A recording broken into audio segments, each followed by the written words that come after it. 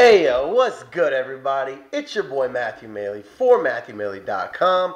Well, we are back on the couch. It is Friday night and it is time for another weekly movie review. First thing you will notice, I have casts off of my fingers. That's right, my fingers are finally starting to heal up. Went to the doctor. He said that he actually gave me some smaller casts to wear, but I try to take them off as much as I can when I'm around the house. Got to wear them when I'm driving and at work, obviously. But I try to keep them off as much as I can, so it's getting there. So thanks, everybody, for the positive wishes on my fingers. Not a good way to end the year, but it's all good. So, as you can tell, we are on the couch. It is time for another weekly movie review, and I am very happy to say that over the past few weeks, I've been able to knock out a few movies that I was really excited about. And after Midnight in Paris last Friday, this Friday was a real good one. So it's actually Saturday morning now. I apologize. So I'm actually lying. It's not Friday anymore. But it's like almost 1 o'clock in the morning. So it still counts. I haven't gone to bed yet. But I am really excited about this movie. This is a movie that I really wanted to see in the theaters. Wasn't able to, which sucks because I liked a lot of the people that were in it as well. I'm a big fan of the director. But finally was able to get around to it after it being sold out at like 3 different Blockbusters and Red Boxes. But was able to see it, and I am speaking of Contagion. Contagion was directed by Steven Soderbergh, who I'm a big fan of. Actually, am going to be doing a video probably tomorrow or later today. A double feature of a couple movies I actually saw in the theater recently, one of which was Haywire, also directed by Steven Soderbergh. So keep an eye out for that tomorrow. But I'm going to run down the ensemble cast that is in this movie. And what I thought was cool is that even a lot of the smaller roles still had people that you knew in them. So the big stars, obviously, were Matt Damon, Gwyneth Paltrow, Laurence Fishburne, Jude Law, Kate Winslet, and Marion Cotillard, who was also in Midnight in Paris. Those are definitely the biggest names, if you will. But it also is starring, let's see here, the guy who played Saul Starr in Deadwood. Awesome show. Watch it.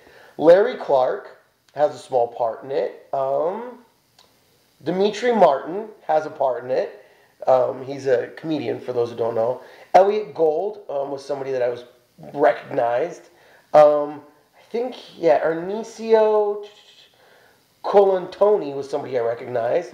Bryan Cranston. Let's see here. Sanaa Lathan, who's gorgeous. Absolutely love her. She is gorgeous.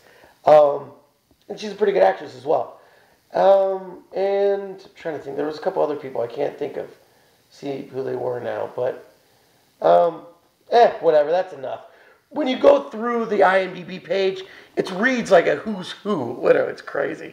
Even the number of people that weren't credited in the movie, there were probably like 500 people on the IMDb page. Nuts. But, before I get into the movie, I got to say it was very well done.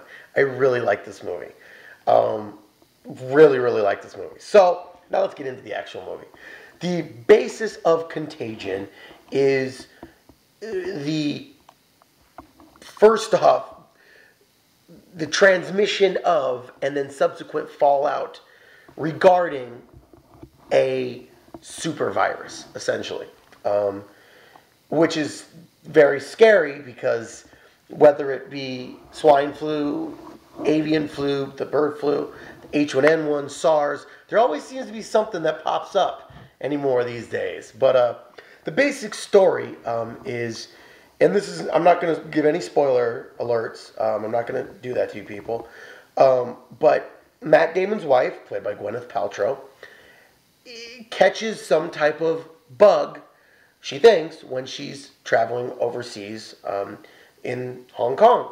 She gets back into town, not feeling very well, and very quickly into the movie, drops dead. Again, not giving anything away. This was all said in the previews and the trailers. So, Gwyneth Paltrow, 10 minutes into the movie, is dead. And then all hell breaks loose. And very quickly, it goes from one person to a school of people, to a city of people, to multiple cities of people, till finally it's complete and utter pandemonium. And there's a lot of aspects of the movie I want to discuss, so bear with me here. First off, I have to say this is by far one of the most terrifying movies I've ever seen, just based on the actual potential for this. And there's a line in it when they're trying to figure out what this is, where, you know, they essentially say that it just so happened that two specific animals carrying two specific courses of influenza just so happened to mesh in this specific way to cause this super death, essentially. But one thing that I was so impressed with how Steven Soderbergh did, well, many things, but I loved how it was filmed. It wasn't, okay, this is going to sound weird, but the movie wasn't filmed with any star character.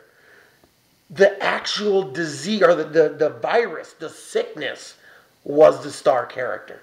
And I know that's going to sound weird until you've seen the movie, but when you see the movie, you realize that Matt Damon wasn't the star, Jude Law wasn't the star, Laurence Fishburne wasn't the star, Kate Winslet wasn't the star.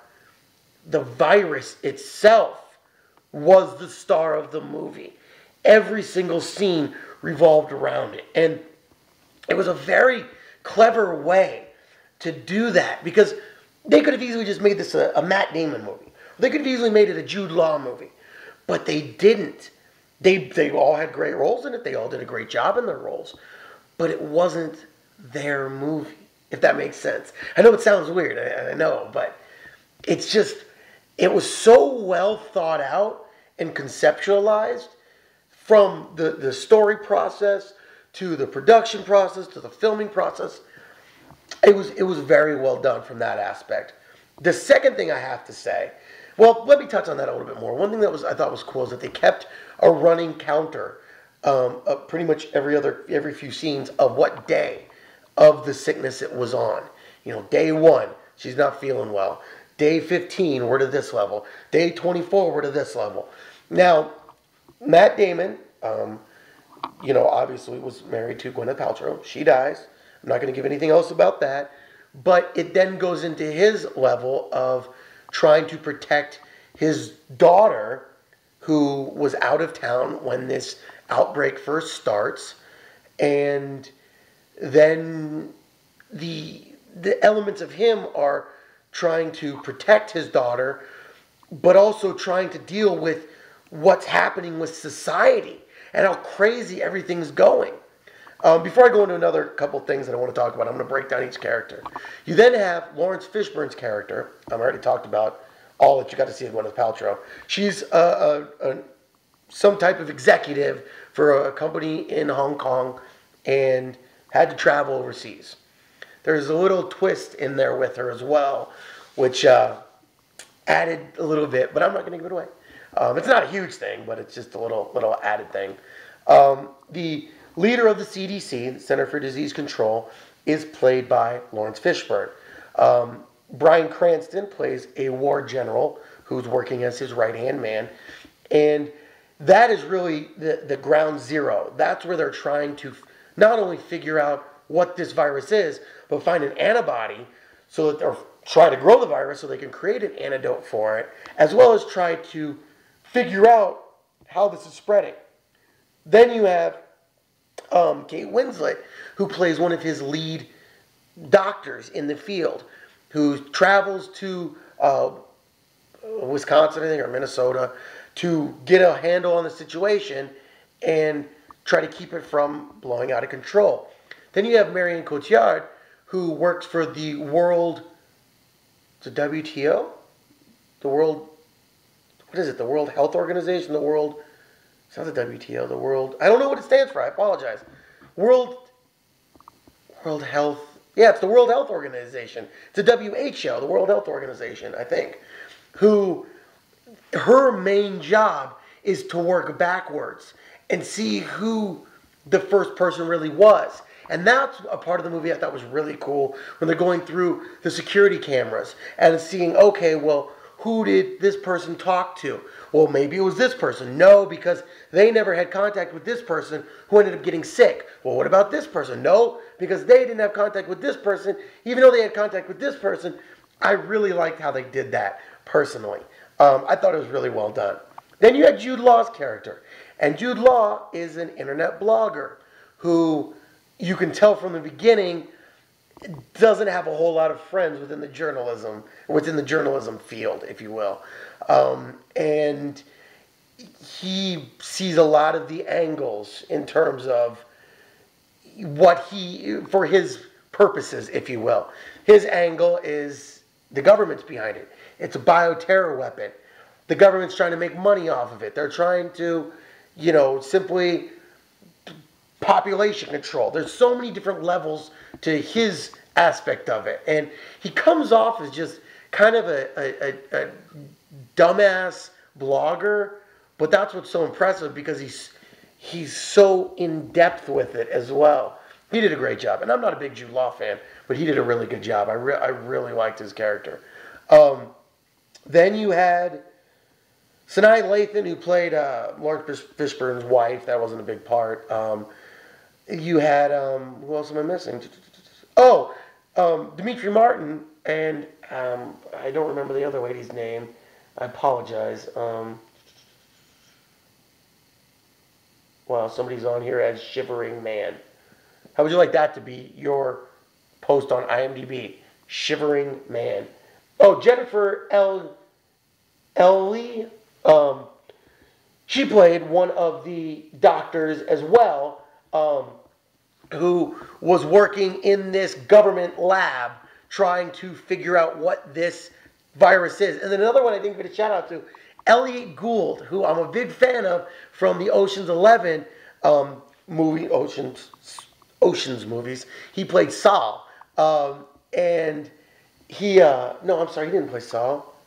Saul's the old guy. He played, I'm sorry, what was the name of his character? Hold on. I totally just drew a blank. And it's one of my favorite flicks. How did I just draw a blank? Please hold. Please hold. Please hold. Don't click off my video. Keep watching. Just for a couple more seconds. Please.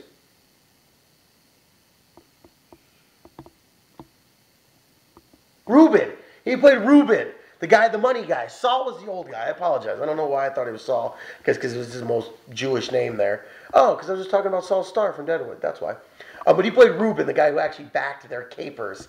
And in this, he plays a scientist who is told to stop searching for the antidote because it's now being made only military level. And that's what was so intriguing. Like I said, because the virus was the actual star, seeing it weave through, okay, first we want to have everybody work on this, but now we can't risk the contamination of it, so no, take it out of the hands of all these, class 3 hospitals and only have it in class 4 hospitals, which are, military grade. And don't do this because of this, but do this because, and it was just so, the levels of bureaucracy that go into it was astounding. And, just the constant fear that this country believes that these two countries already have the antidote, but because they're on good terms, they're going to give it to them. Or, this was actually created by this group who's using it for their own gains for this. It was so multifaceted. And I really thought Steven Soderbergh did a great job keeping all the facets interlining. Like, it was almost like he had a deck of completely, 52 individual, storylines. And instead of just putting them next to each other or something, he shuffled them so that each one fell right on top of the next one, if that makes sense. And I thought he did it seamlessly. I thought it was very well done.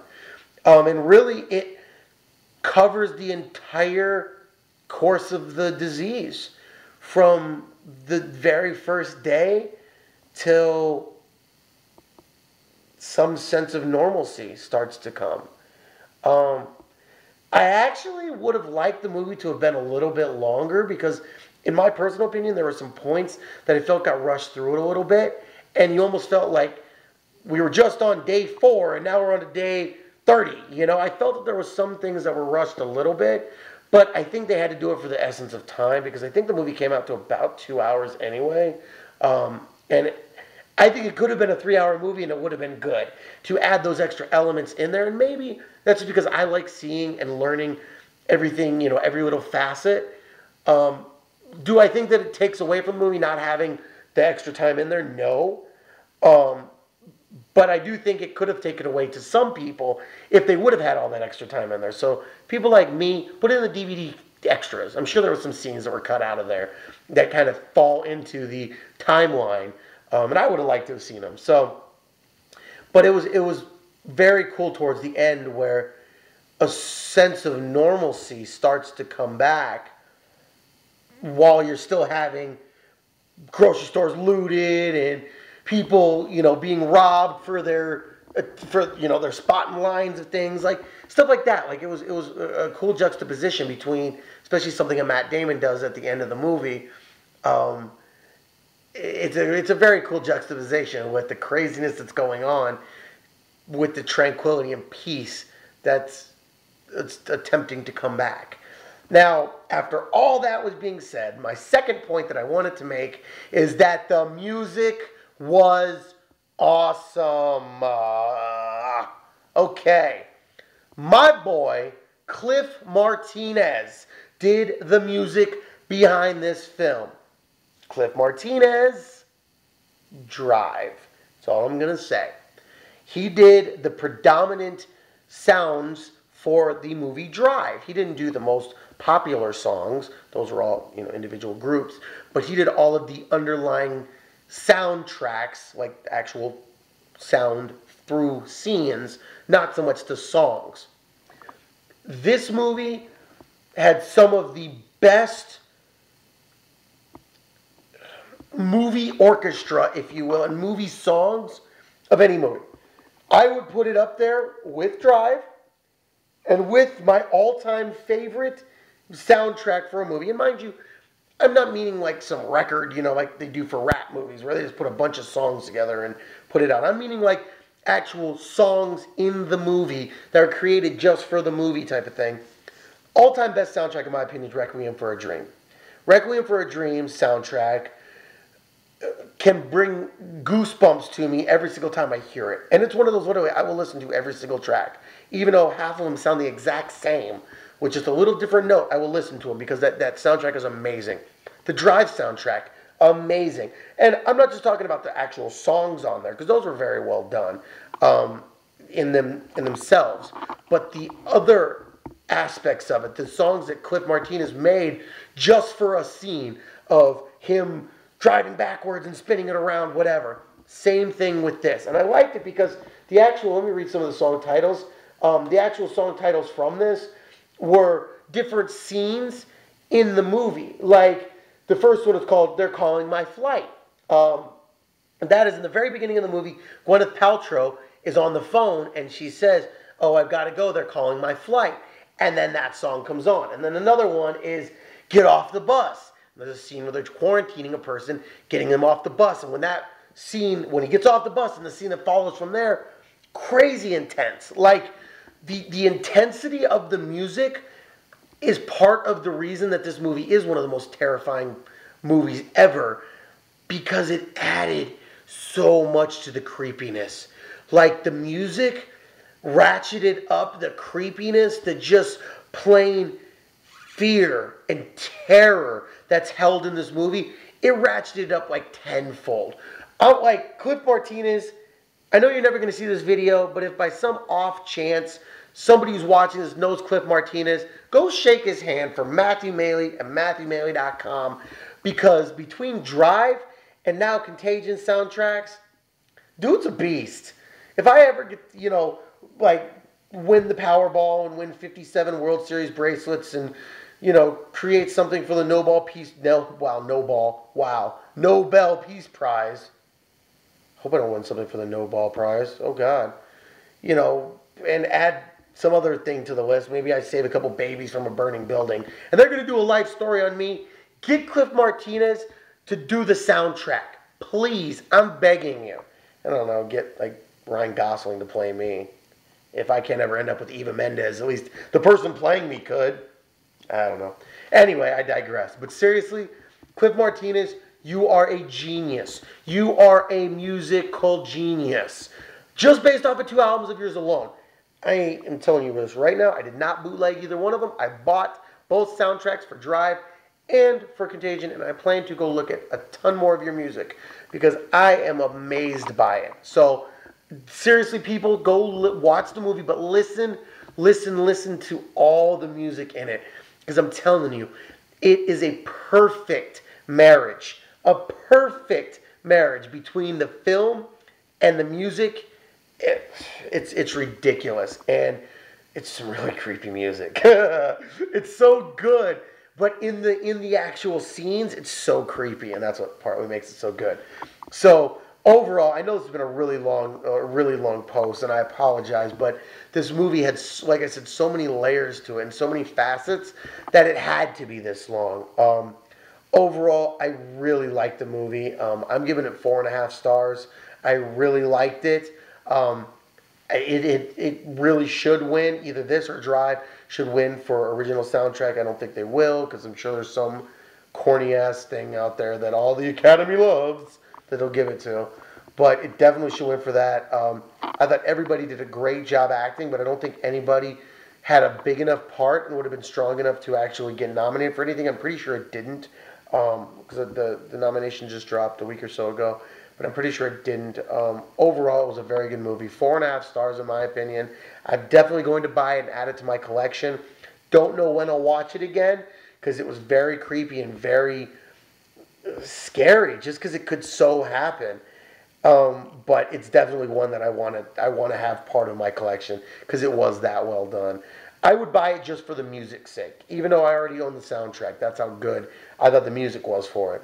So let me know what you guys think. Did you like Contagion anywhere near as much as me? Or did you think that just kind of I really did like it. I'm also kind of a doomsday type of guy. I don't know. I prefer my doomsday scenarios to have zombies in them. But short of this having zombies, I thought it was a really good movie. So, I don't know. I guess I have kind of a doomsday vibe in kind of the things I like. And I like movies that are a little more dark. I mean, I'm all for some happy-go-lucky movies sometime as well. But for the most part, I do like dark kind of movies. And this definitely fit the bill of that. And it definitely was a movie that you really just never knew what the next turn was going to entail, or who might die in the next scene, or who's going to get sick with the disease in the next scene, or what setback we're going to have. And I got to say, I really liked the ending because it gave, it tied in one major point. I'm not going to give anything away, but I really liked how they ended it. So, shout out to Steven Soderbergh, one of my favorite directors. He's been killing it lately. And have him direct my movie while you're at it. Yeah, have George Clooney in it and Brad Pitt too, because they were awesome in the Ocean's movies. Anyway, I'm really just going off on a tangent here. I apologize. I gotta get some sleep. It's been one of those weeks. But anyway, thank you as always for checking out my videos. Much appreciated. Hopefully you guys are liking the new camera. Hopefully I'm looking extra 1080p tonight. I might have to start putting on some like movie makeup or something. But anyway, thank you as always checking out my videos. Matthew Maley for MatthewMaley.com. Once again, weekly movie review with yours truly. It's Friday night, Saturday morning on the couch. And I just got done reviewing Contagion. That's right, Steven Soderbergh's Contagion, featuring the amazing music of Cliff Martinez, starring Matt Damon, Kate Winslet, Gwyneth Paltrow, Laurence Fishburne, Jude Law. I think those are everybody who... Oh, and Marion Cotillard Kate whatever. Those are all the people who are main build. So, shout out to everybody for checking out my videos. Much appreciated. As always, check out the rest of my videos up on MatthewMaley.com. Click the video blog tab, scroll down, see them all in all their glory. Or double click on them, send you right over to YouTube where you can log in, sign up to subscribe to my channel and see all the videos when they first pop up. Maybe like this video, watch it about 464 times, maybe 465, and then leave me a comment. Let me know what you guys think. Did you like this movie? Did you like my interview, or my review, I'm sorry, even though it's so going on forever and so rambling forever. Who's your favorite character? And don't post any spoiler alerts in the comments. Just saying. Be nice to people. Also, what would you rate it out of 5 stars? Again, 4.5 for me. Very good movie in my opinion. And let me know if you thought as well that the virus was actually what was the star as opposed to any of the actual characters. So let me know on YouTube. Of course, you can follow your boy up on Twitter at Matthew Maley. And as always, like your boy's page up on Facebook. Search for Matthew Maley Poker. Throw a big like on there and follow along. So, real excited. Big weekend coming up. We got the Super Bowl popping off Sunday night, as well as a couple more videos that are going to be coming your way. So, thank you as always for checking out my videos. And until the next one, I am signing off. Have an amazing weekend, everybody. And stay safe for the Super Bowl. Well, I'm going to do another video before then. But still, stay safe for the Super Bowl. Peace out, y'all.